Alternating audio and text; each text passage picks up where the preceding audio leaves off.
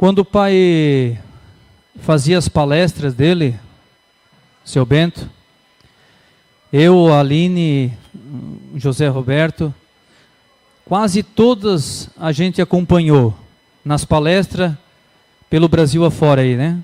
Rio Grande do Sul, Paraná, Minas Gerais, São Paulo e assim por diante.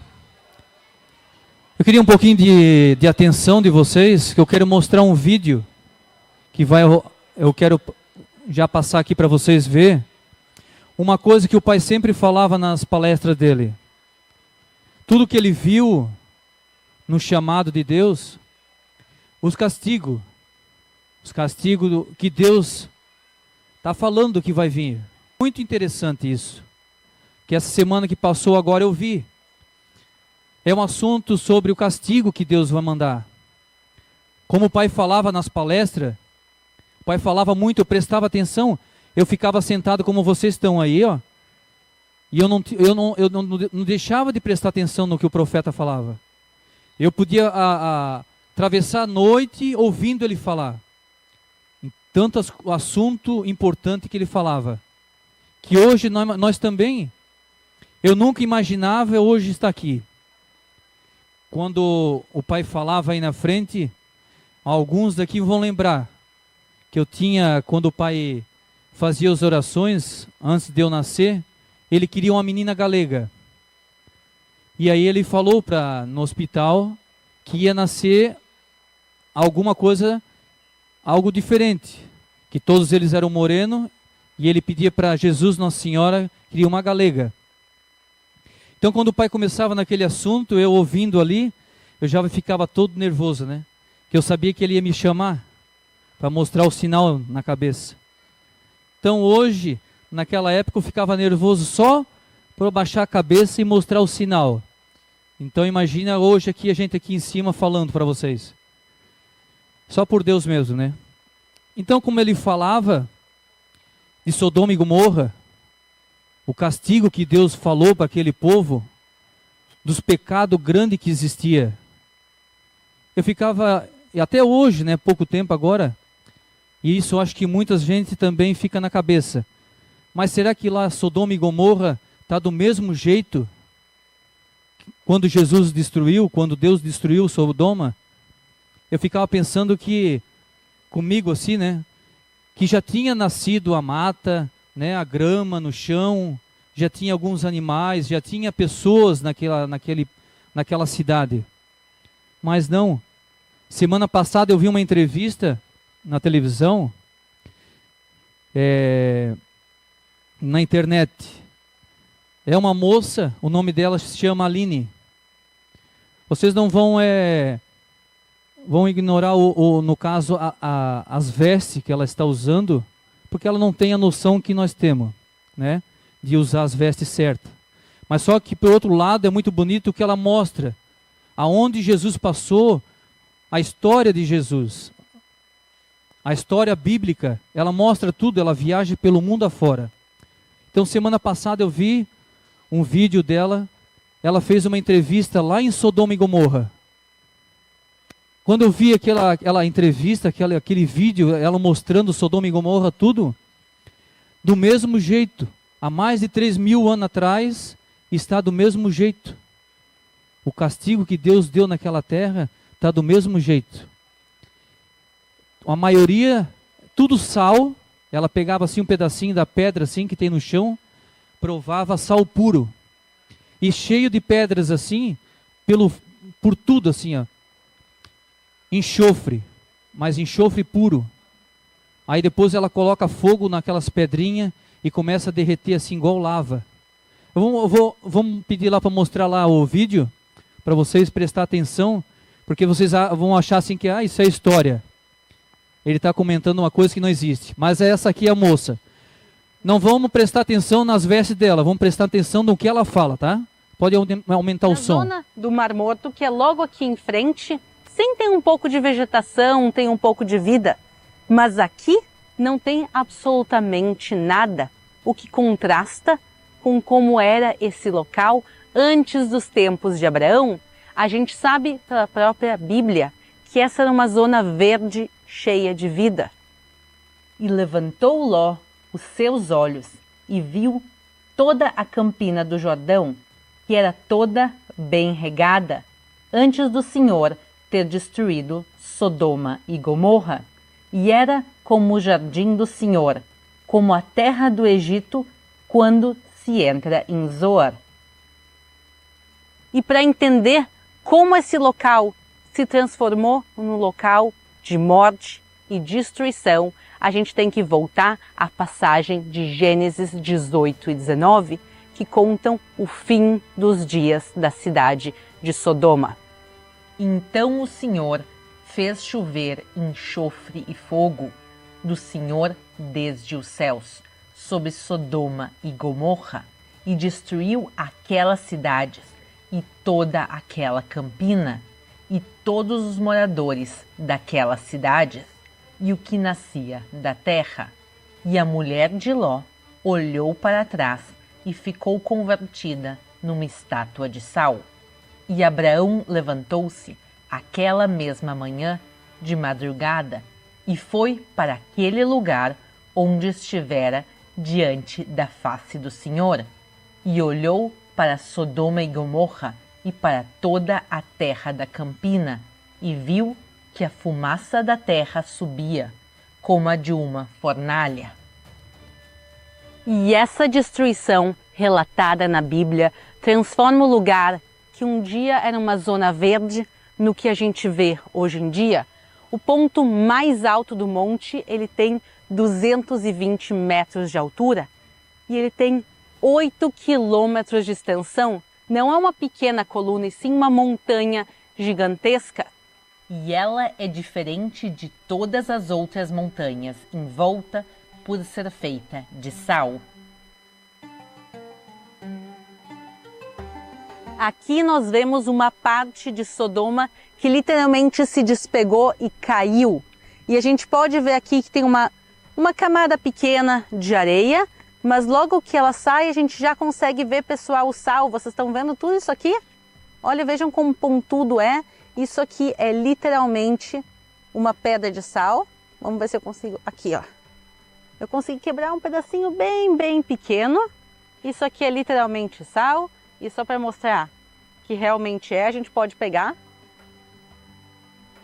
Pessoal, é sal puro.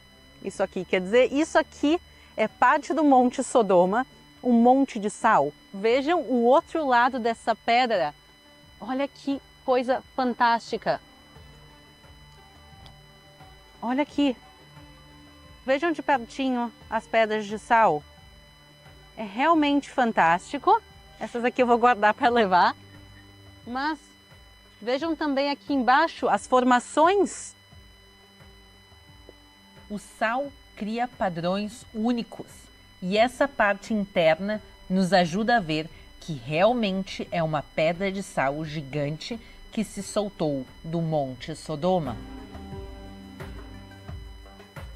Mas por que eu vim exatamente nesse ponto do monte? Pelo menos para o início do nosso vídeo, depois a gente vai ainda subir no monte. Eu vim até aqui para a gente ver essa pedra de sal. Ela é conhecida como a mulher de Lot. Vocês veem que ela tem um formato que lembra uma mulher. Vamos agora subir com o drone e ver essa estátua de sal mais de perto. Será que ela realmente é a mulher de Ló, como está citado na Bíblia? Nós não sabemos. Por um lado, ela é gigantesca, bem maior que uma pessoa. Por outro lado, nós sabemos que estamos no lugar certo, no Monte Sodoma.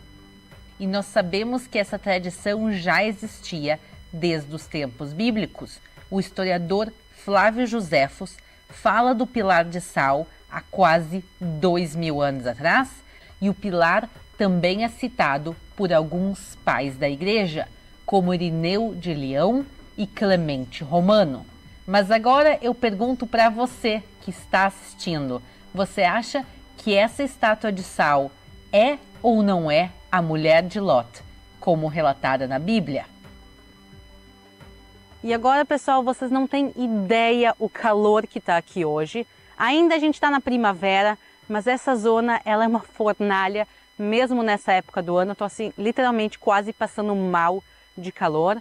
Mas a gente vai agora juntos entrar na caverna que vocês estão vendo aqui e sair um pouco do sol e continuar a nossa história. Vamos lá! E vocês podem ver que a caverna que vamos entrar agora fica exatamente embaixo da estátua de sal. Uma coisa muito estranha que tem aqui é que no momento que a gente entra dentro dessa caverna de sal, a gente dá alguns poucos passos, a temperatura desce, pessoal. Ali fora estava um calor, uma fornalha infernal, e aqui, não vou dizer que está agradável, mas está quase fresquinho, quer dizer, tem alguns graus a menos e só de caminhar poucos passos. Então eu vou aproveitar para respirar aqui um pouco e mostrar para vocês o início dessa caverna. Vocês podem ver que ela desmoronou e que a gente não consegue caminhar por ela, mas ela é uma de 150 cavernas que tem aqui. É a maior concentração de cavernas de sal do mundo, tá no Monte Sodoma. E a maior dessas cavernas, pessoal, tem 10 quilômetros entre todos os seus caminhos. Imaginem uma caverna de sal de 10 quilômetros.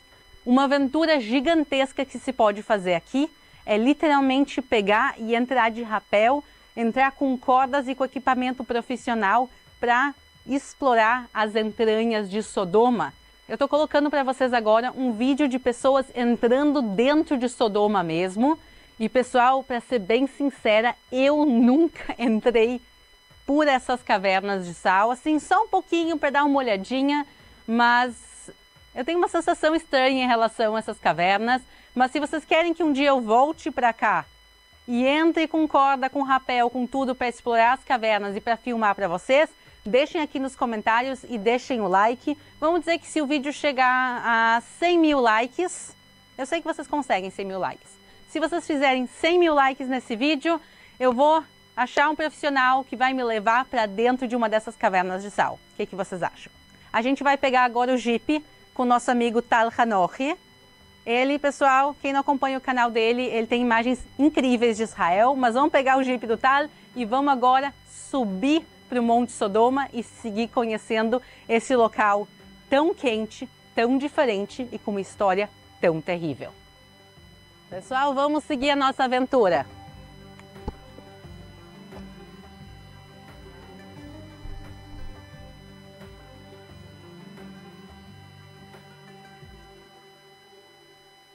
Vejam essa paisagem. A gente está num lugar que não parece ser desse mundo. A gente consegue ver todas essas colinas, algumas que parecem inclusive que tem restos de edifícios destruídos, de construções antigas. E é importante a gente lembrar que mesmo que nós estejamos em Sodoma e falando dessa cidade, no total 5 cidades foram destruídas, o que eram chamadas as cidades da Campina, que é Sodoma, Gomorra, as mais conhecidas, Zeboim, Zoar e Adamá. As 5 cidades foram destruídas e por isso não só esse monte, mas toda essa região está completamente destruída e seca até os dias de hoje. Mas o que essas cidades fizeram de tão terrível para receber essa punição? A Bíblia relata de que quando os anjos vão à casa de Lot em Sodoma, a população da cidade se junta e, sem saber que eles eram anjos, tentam atacar e abusar deles. E essa passagem nos mostra a índole e as ações da população. Mas Deus já tinha decidido destruir as cidades antes disso. Então, o que mais eles tinham feito de errado? Vamos buscar essa resposta nos livros bíblicos e tradições antigas. No livro de Isaías fala que as cidades estavam cheias de pecado. E o profeta Ezequiel nos conta quais eram esses pecados, que eram o pecado da soberba, da fartura de pão e não ajudar os pobres e os necessitados. E também está relatado no livro de Judas sobre a imoralidade e as relações sexuais antinaturais que aconteciam ali. E também fontes antigas falam que as cidades eram arrogantes e que não respeitavam os estrangeiros.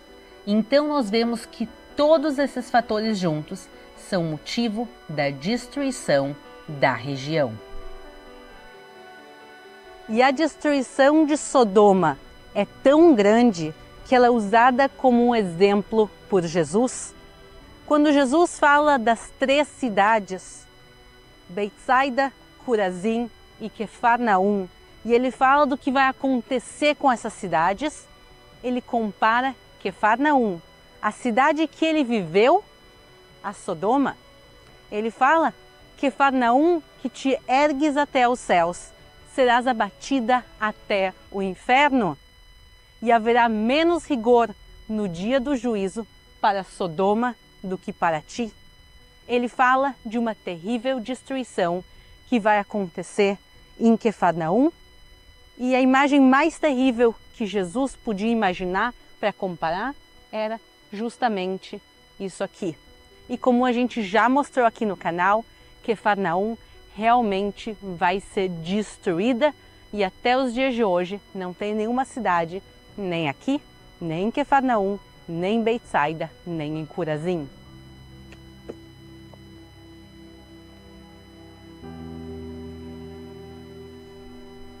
Pessoal, nós estamos fazendo essa caminhada porque eu quero encontrar uma coisa muito especial para mostrar para vocês.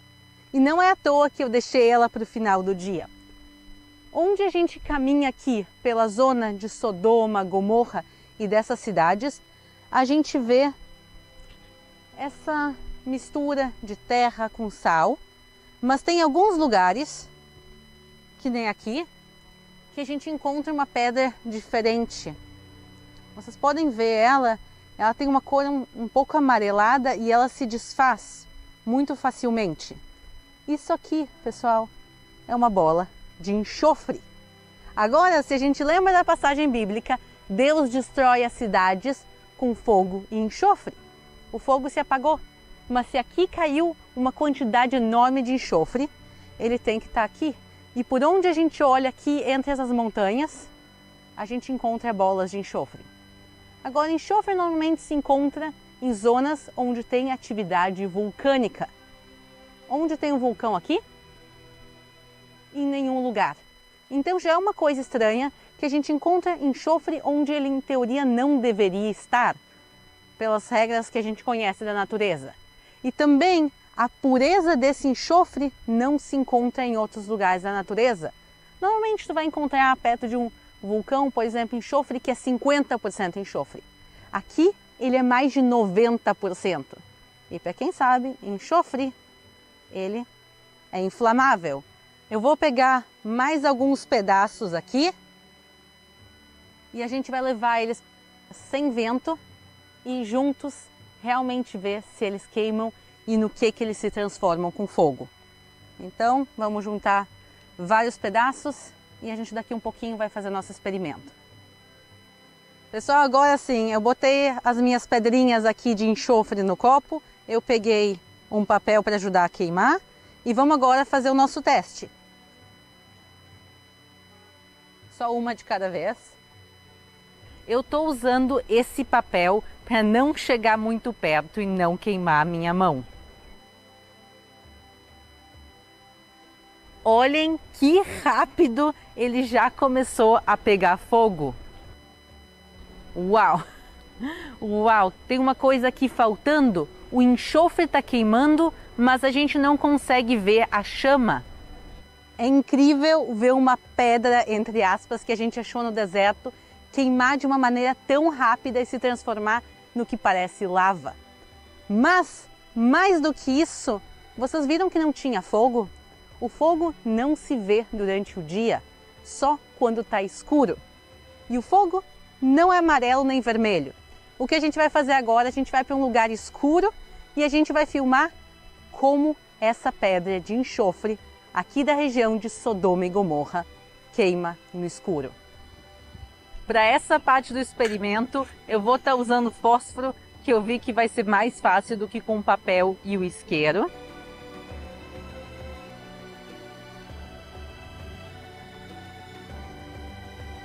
nós estamos vendo o que a população de Sodoma viu há mais de 3.000 anos atrás? O enxofre queimando. E eu vou ligar agora o flash da câmera para vocês verem. E enquanto vemos esse fenômeno surpreendente, eu quero aproveitar para anunciar o vencedor do nosso último sorteio. Tá bom. Então vocês vê, né?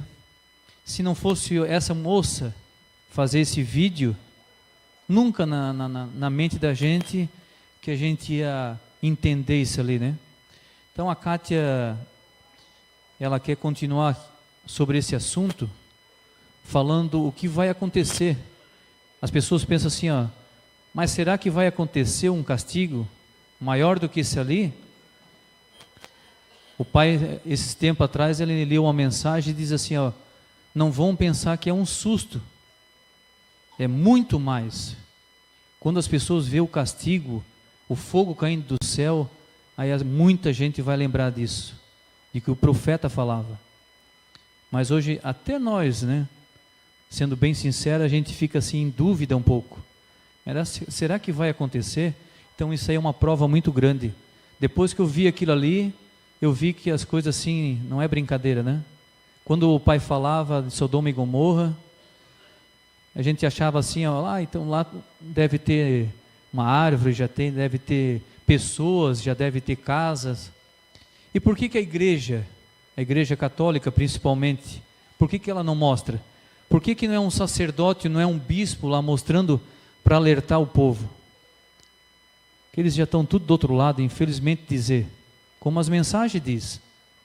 Eles estão sendo os traidores. Eles estão traindo a Deus. Porque eles eram para alertar o povo. E eles estão com a boca calada. Eles têm medo, eles já, como diz aquela mensagem, eles já assinaram o livro negro. Mas é triste o castigo que vai ser para essas pessoas. Porque Deus fala, né? A quem eu muito confiei, eu vou exigir muito mais. Agora imagine o castigo para esses que podia estar aqui na frente, que tem muito mais estudo do que a gente. Quando eu falei com um padre lá no Paraná, entrei dentro da sala dele, ele tirava sarro da minha cara, né? Eu disse, padre, eu sei que o senhor tem muito mais estudo do que eu. Eu só tenho 4 anos de estudo, mas eu sei que está lá escrito que todos serão chamados e poucos serão os escolhidos. Ele quis dizer que eles, sendo a maioria, eles estavam errados, não estão falando a verdade. Nós estamos falando a verdade. Aí eu falei para ele, está escrito lá, padre, eu não tenho estudo, mas eu sei que está lá escrito que todos serão chamados e poucos serão os escolhidos. Daí ele não falou mais nada, olhou no relógio e disse, não tenho mais tempo de conversar, estou saindo, tenho compromisso. E assim foi. Quando a gente debate com uma pessoa, a gente não precisa se preocupar, como Jesus fala, né? Não precisa se preocupar nas palavras que vai sair na hora. Deus inspira a gente. Então não precisamos ter medo. Porque é um padre, porque é um bispo. Eu não posso. Ele tem muito mais estudo que eu. Não. A gente está com a verdade. Se vocês acreditam nesse livro, a palavra viva de Deus, a gente pode debater com qualquer um. Eu não tenho medo. Pode ser com um bispo. Qualquer um dentro da igreja. Eu sei que eles não vão dar atenção para a gente, mas se eles querer falar comigo, ou com qualquer um de vocês, não precisa se preocupar não, que Deus envia as palavras certas na boca da gente. Deixar um pouquinho a Cátia falar aqui. Primeiro eu vou ler a mensagem que ela completa o que eu vou mostrar para vocês depois ali na Bíblia.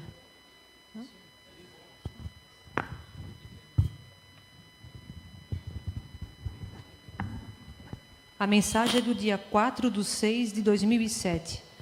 Os acontecimentos. Preste bem atenção, eu vou ler bem devagar, como o pai pedia para mim. Eu lembro que quando eu li as mensagens, o pai falava assim, Kátia, leia devagar, minha filha, porque daí as pessoas vão saboreando as palavras. Então eu vou ler ela bem devagar e depois com a leitura da Bíblia que eu vou fazer ali, eu vou fazer mais um comentário de uma coisa que, para mim, foi o pai que mandou. Ela já foi mostrada no programa, muita gente já sabe, mas eu vou reforçar porque fui eu que recebi. O pai fala: as graças que venho recebendo, irmão João Evangelista, só tenho que agradecer a Jesus. Irmão, tu que escrevestes o Apocalipse, o que viste com os teus olhos, era esse tempo em que estamos vivendo? Os fatos narrados por qualquer um de nós, tudo foi obra do Espírito Santo.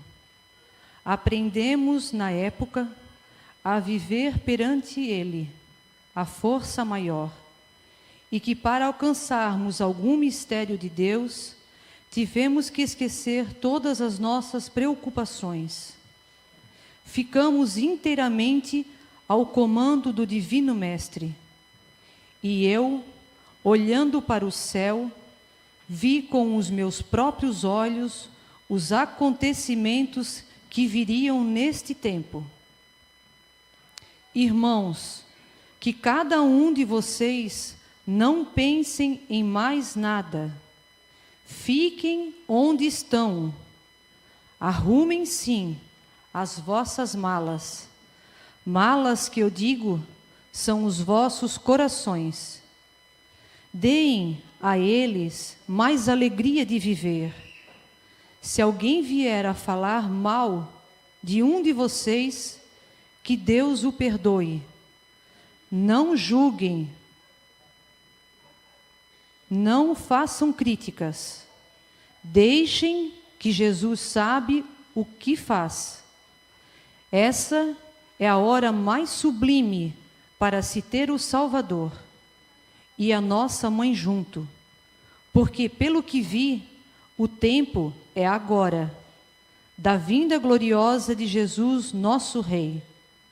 Na mão dele vi um cajado que levantou rumo ao céu. E o céu se abriu para mim, dizendo-me e mostrando-me como seria o fim dos tempos. A porta que dá entrar rumo ao inferno, por ela os anjos infernais saem e entram a toda hora. Por isso, os crimes continuam cada vez mais violentos, e o abandono da casa de Deus faz que a fé venha a se perder nos corações de muitos. Os flagelos que ainda irão acontecer é de assustar toda a humanidade. Mas vocês, irmãos queridos, não se preocupem pelo que virá acontecer. Deixem que Jesus sabe o que faz. De vossa parte, nós estamos cuidando também de vocês. Mas é preciso, nas suas orações, perdoarem a quem vem vos perseguindo. Os caminhos deles não são o de vocês, são totalmente diferentes, mas não se pode julgar nenhum deles. Por tudo que vi, quando Jesus levantou o seu cajado, a terra toda tremeu. Foi daí que o mar levantou ondas gigantescas e a terra se abriu. Lavas de fogo surgiram por várias partes. Os pedidos de socorro dava para se ouvir num clamor apavorante.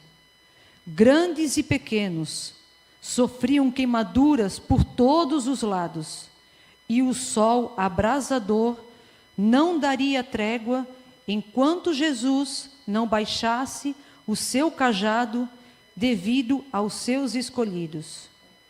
E quem é que não se lembra de nada disso? Sodoma e Gomorra mostrou. E as mensagens são claras. Vai ser pior dessa vez. São os que não ligam para a Sagrada Escritura. Mas vós, irmãos em Cristo, não precisam se preocupar. Cuidem só pelo que já têm. Nem pensem em mais nada de construir casa para o futuro. A cada um que vier a merecer, Deus já tem reservado para dar-vos. Amém. João Evangelista. Por que eu li essa mensagem? Um tempo atrás, acho que não sei se foi esse sábado ou outro, ela foi lida no programa, eu não sei se foi por mim ou pela Aline. E eu não estava no momento lá, com o que aqui completa, o pai sempre fala, né? O livro A Palavra Viva de Deus, ela se completa junto com a Bíblia.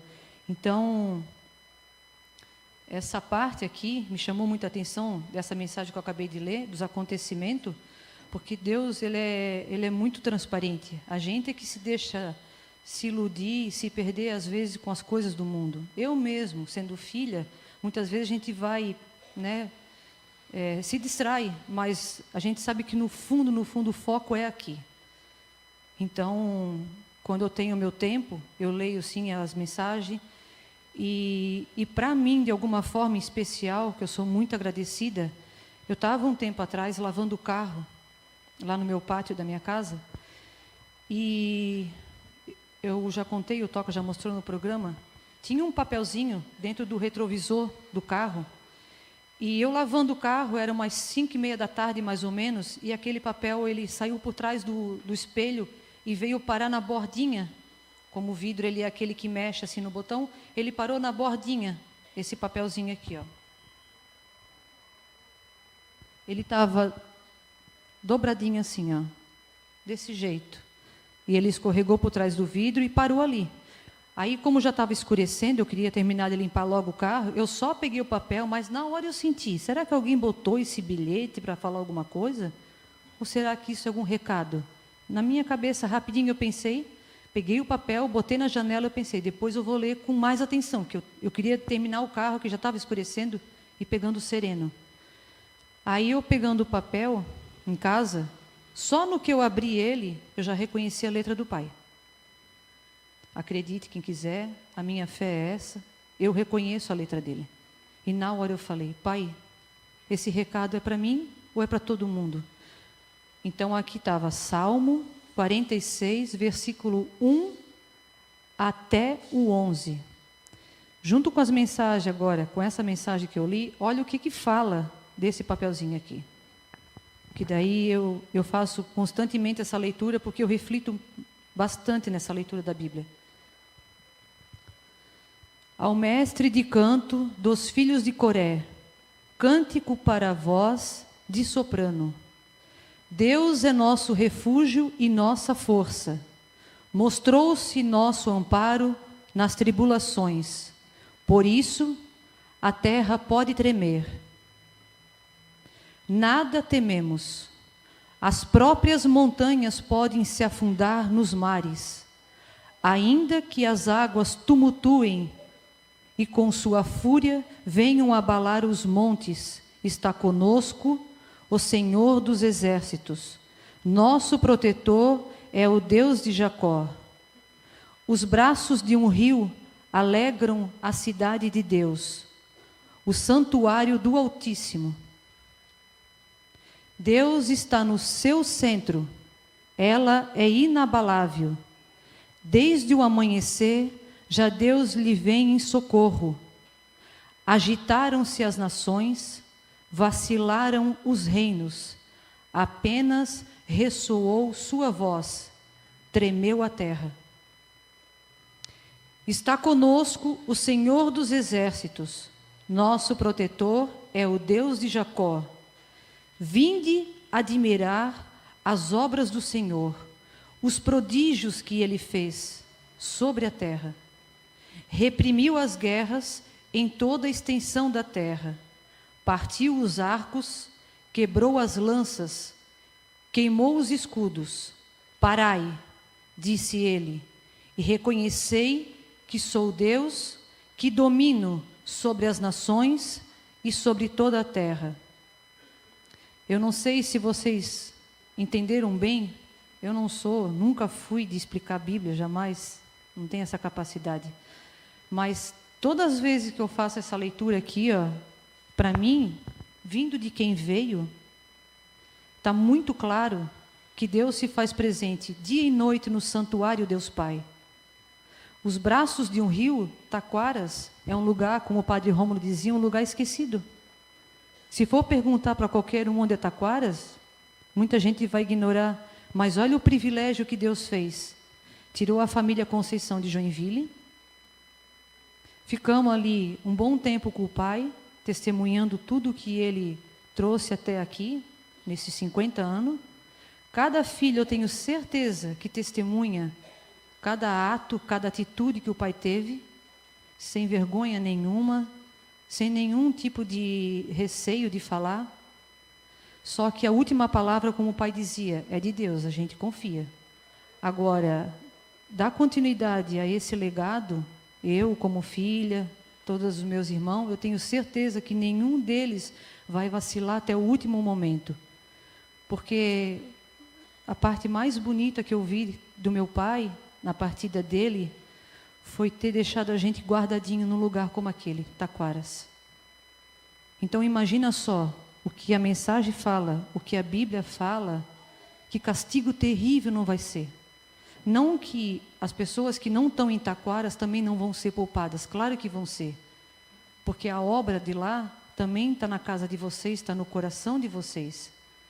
Mas para nós, os filhos, o privilégio é maior nesse sentido. Ele tirou a gente de uma cidade grande como Joinville, guardou a gente como se fosse numa caixinha especial. Eu me sinto assim.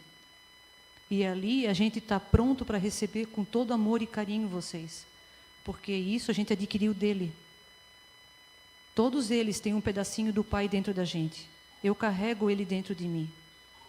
E cada vez que alguém tiver alguma necessidade ou algum desabafo, pode se chegar em mim, pode se chegar em algum dos meus irmãos, até da minha mãe, que não fala nada. Um beijo na mão dela que vocês dão hoje é como se estivesse beijando a própria mão dele, porque nós ficamos aqui para representar ele. Eu não tenho dúvida disso, nunca tive. No início foi bem triste para mim, ter que passar por esse turbilhão de novidade que estava acontecendo na vida da gente. Mas quando a gente parou para meditar o que estava acontecendo, o pai dizia, eu sou só um instrumento. A força maior estava ali, ó, na palavra Deus, a sua assinatura diante dessas mensagens, e a Sagrada Face, e o Santíssimo ainda no centro. Então a gente tem tudo na mão, está tudo preparado. Eu acho que depois desse encontro de 50 anos, o que a gente deveria carregar e sair daqui cada um para a sua vida, para a sua casa, é mais amor, porque é a única palavra que se define essa obra, o amor. Não tem outra explicação. Não tem dinheiro que gire. Porque quando o dinheiro acaba, qualquer coisa material acaba, tendo amor, tudo se supera, tudo suporta. Eu achei que a parte mais difícil para a minha vida era viver sem o Pai. Mas não, Ele mostrou o amor. E o amor é Deus. E cada um da gente tem que carregar esse Deus vivo. Não importa onde a gente estiver. A gente vai estar sempre ligado em vocês e vocês na gente. Nunca esqueçam disso. Obrigada.